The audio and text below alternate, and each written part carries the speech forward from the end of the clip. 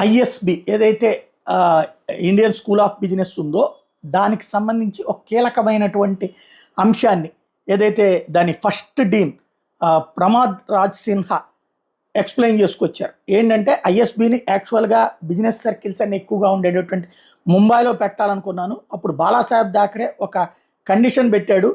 ఆ ఐఎస్బి అక్కడ స్థలము అక్కడ పెట్టుకోవడానికి ఓకే, కానీ మరాఠీ రిజర్వేషన్స్ 50% ఉండాలి అన్నటువంటి విషయం చెప్పుకొచ్చాడు. దీంతో అప్పుడు చంద్రబాబు నాయుడు ఆంధ్రప్రదేశ్ ముఖ్యమంత్రిగా ఉన్నారు.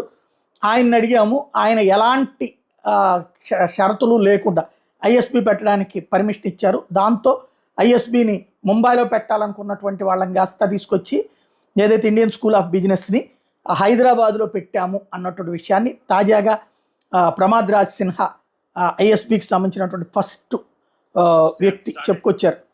Independently, most of our board